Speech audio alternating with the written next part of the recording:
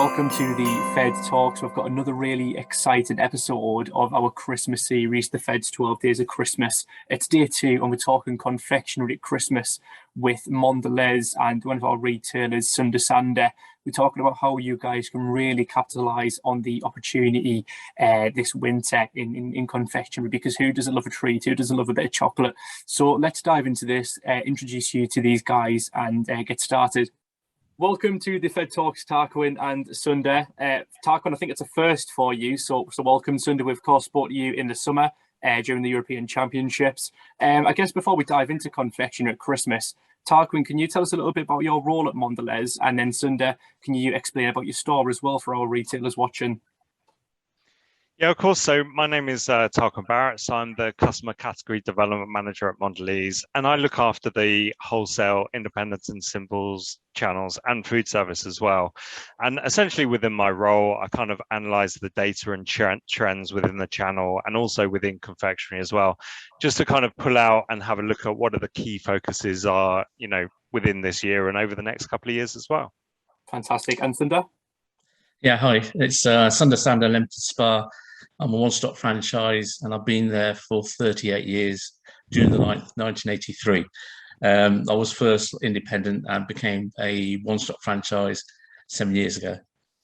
Fantastic. Now let's talk confectionery. In the build-up to Christmas, and then we know the whole of Britain, we love a treat at Christmas. So how can retailers really capitalise on this, Tarquin?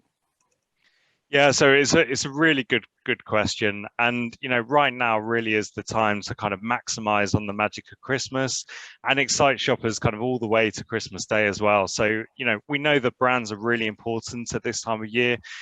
In fact, for shoppers, brands are one of the biggest factors in their decision-making process when purchasing kind of for the whole of the season. Right now, it's really important to make sure that you sell through your kind of Advent products by merchandising them in kind of prominent locations, and then focus on gifts as well. It's really important to have a kind of range of price points and a mix of best-selling kind of festive specific products and also best-selling kind of generic products as well. Things like Cadbury Roses that you can sell after Christmas.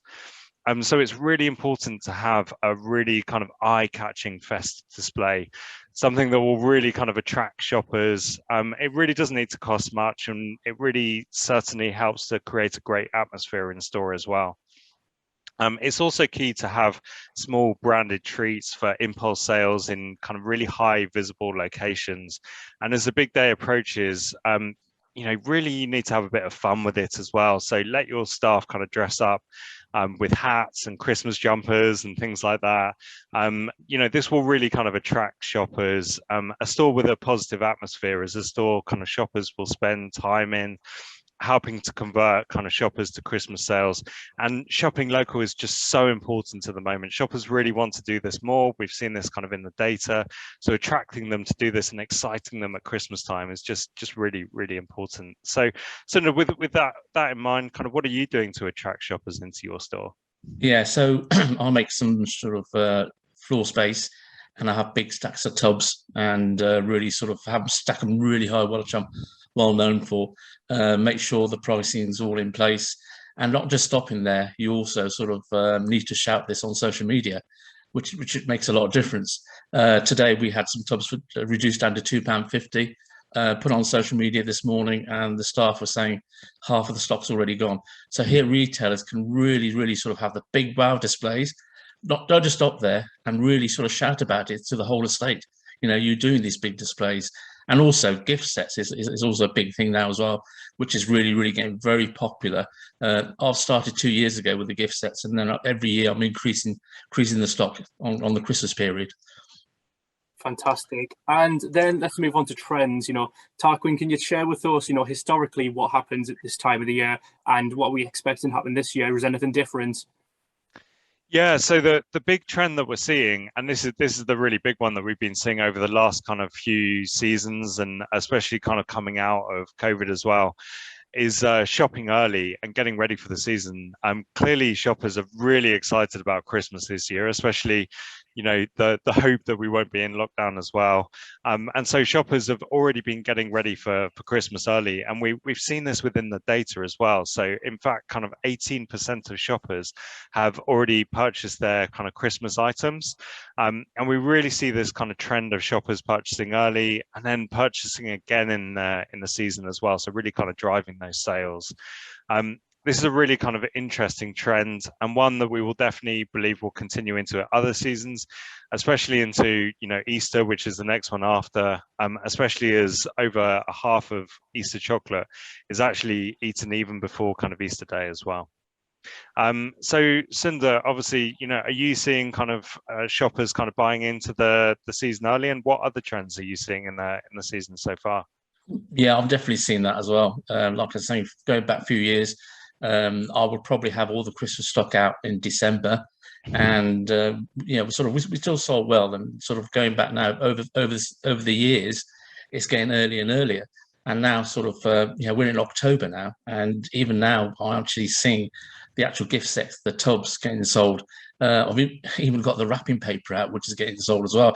So I think people are now sort of spending a little as often and making sure they have all the stock in their sort of in their houses, and to make sure they have a great Christmas. And Tarquin, so what's the opportunity after the big day then? Yeah, so again, a kind of a really good question, a really important one as well. And I think it's kind of keeping the excitement going. So obviously, even kind of after Christmas, there's lots of opportunities kind of coming through. So, first of all, you obviously have New Year's and the excitement of that. And then also very quickly, you have other mini seasons, so such as Valentine's Day and Mother's Day coming very quickly. And as I've already mentioned, people are already getting kind of excited about those different seasons. So it's really important to kind of have that gifting opportunity ready. Stocking things like gift blocks that are a growing category, so things like Cadbury Dairy Milk gift block, whilst also having things like cartons and selection boxes as well. I've already mentioned kind of Easter, but there's a real opportunity to catch those early Easter sales, be ahead of the rest of the market as well. And it's really kind of key here, especially as 84% of shoppers who buy Easter chocolate early will purchase again as well. Cream egg is a kind of classic example. So consumers are really excited to see it in store even before kind of Christmas as well. And retailers only need to focus and give space to kind of 1 or 2 lines, so it doesn't take up too much space when you are focusing in on Christmas as well. So we'd recommend kind of having Cadbury cream egg and Cadbury mini eggs there as well, as these are kind of 2 best-selling products in independent and symbol stores at Easter. So just really important to kind of get ahead for the other seasons as well. Fantastic. And well, that is some absolutely brilliant knowledge and insight shared for our retailers. And speaking of those retailers, Sunder, there's going to be hundreds of them watching this video and trying to get some insight. So what one tip would you give to these guys in the build up to Christmas? As you probably hear in the news, supermarkets are going to close on Boxing Day. Here is a great opportunity for us retailers to attract new customers, to actually sort of show off our store standards, our customer care, and really sort of have those displays, do something different in the store. Even if it means costing you something. I'll be doing extra mince pies. I've got the bakery. I'll be doing more sort of mince pies and just giving them out. Here you are now attracting new customers, and in all fairness, do the best you can and hang on to them. Fantastic. I couldn't agree more. It's a fantastic opportunity. So I guess Tarquin and Sunder, again, thank you for joining us on the Fed Talks today. Have a great rest of the day and enjoy your Christmas period. Thank you so much. You Thanks, too. Guys. Yeah. So there you have it. Day 2 is done. That was Confectionery with Mondelez. Thanks again to Tarquin and Sunder. Some awesome insight there and knowledge shared, which hopefully will help retailers watching give a really big push in confectionery this winter. And we're not stopping there. Tomorrow we have day 3. And what we'll be doing is introducing you to the Federation's buying group, Savewell, and the benefits of being a retailer, some of the brands that they're working with supply-wise and the deals. And we've got one of the retailers that uses the service, Jason Burke's on. So come back tomorrow to watch and learn the benefits of being a Savewell retailer. Thank you.